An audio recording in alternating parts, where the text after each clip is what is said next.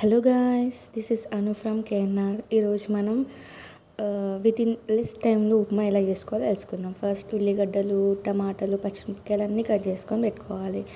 తర్వాత ఎండుమిరపకాయ, తర్వాత శనగపప్పు, తర్వాత పల్లీలు కొన్ని ఇవన్నీ రెడీ చేసుకొని పెట్టుకోవాలి ఫస్టే. తర్వాత ఒక బౌల్ పెట్టేసి స్టవ్ మీద ఆయిల్ పోసుకోవాలి. అవన్నీ కట్ చేసుకొని పెట్టుకుని పక్క పెట్టుకొని నెక్స్ట్ వేడైన తర్వాత ఆయిల్, నెక్స్ట్ జీలకర్ర అండ్ ఆవాలు మనం కొన్ని తీసుకొని పెట్టుకోవాలి. ఆయిల్ ఈటెక్కిన తర్వాతనే మనం ఇవి వేయాలి. సో అవి మంచి కొంచెం చిట్పట్ అయినాక నెక్స్ట్ ఎండుమిరపకాయలు వేయాలన్నట్టు. ఇట్లా రెండు వేసేయండి. వేసిన తర్వాత పల్లీలు వేయండి. నెక్స్ట్ పల్లీలు కొంచెం వేగిన తర్వాత నెక్స్ట్ మనం శనగపప్పు వేసుకోవాలి. శనగపప్పు తొందరగా మాడుతుంది కాబట్టి ఫస్ట్ పల్లీలు వేస్తాం మనం. సో నెక్స్ట్ శనగపప్పు వేసుకోవాలి. శనగపప్పు కూడా కొంచెం ఫ్రై అవ్వాలి. ఫ్రై అయితే బాగుంటుంది. సో ఈరోజు రెసిపీ ఏంటంటే ఉప్మా యాక్చువల్లీ. సో నెక్స్ట్ మనం అవి కొంచెం ఫ్రై అయిన తర్వాత నెక్స్ట్ ఉల్లిగడ్డ, పచ్చిమిరపకాయలు, కరివేపాకు వేసేసుకున్నాం. కొంచెం సాల్ట్ వేసుకోండి. సాల్ట్ వేసుకుంటే మంచిగా తొందరగా ఫ్రై అవుతాయి. నెక్స్ట్ టమాటాస్ కూడా వేసేయండి. అవి కూడా మంచిగా ఫ్రై అవుతాయి. అందులో మంచిగా ఇంకొంచెం సాల్ట్ కావాలనుకుంటే సాల్ట్ వేసుకోండి. మొత్తం ఒకసారి వేసేయండి. తర్వాత వాటర్ పోసుకున్నాక చూసి తక్కువ అయితే మళ్ళీ వేసుకోవచ్చు సాల్ట్. ఒకసారి వేసుకోకండి.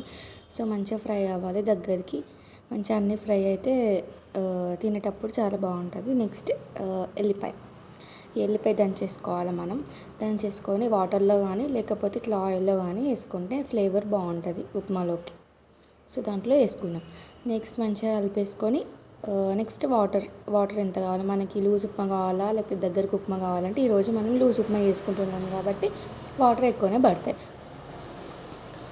సో నేను కొలవకుండానే లూజ్ ఉప్మా అండ్ పొడి ఉప్మా చేసేస్తా. సో నెక్స్ట్ వాటర్ పోసుకొని సాల్ట్ చూసుకోవాలి. సాల్ట్ చూసుకొని మనం కన్సిస్టెన్సీ వాటర్ చూసుకొని వేసేయడమే. మూత పెట్టేసి మంచిగా ఒక 5 minutes తర్వాత మళ్ళీ ఉప్మా వేసేసి నెక్స్ట్ ఇట్లా కలిపేసుకోవడమే. వేడివేడిగా లూజ్ ఉప్మా బాగుంటుంది. నాకు చట్నీ ఏదైనా టమాటా చట్నీ ఆర్ మామిడికాయ చట్నీ బాగుంటుంది. సో ఇట్లా ఎక్కువ మంది ఉండి తక్కువ రవ్వ ఉన్నప్పుడు లూజ్ ఉప్మానే కరెక్ట్. సో లూజ్ ఉప్మా అంటే మనకి పెళ్ళిళ్ళలో అదే పెడతారు కదా, ఓకే. కానీ ఇట్లా చేసుకుంటే బాగుంటుంది. వేడి తినొచ్చు. So loose upma is ready. So chale guys, bye bye, like, share and subscribe.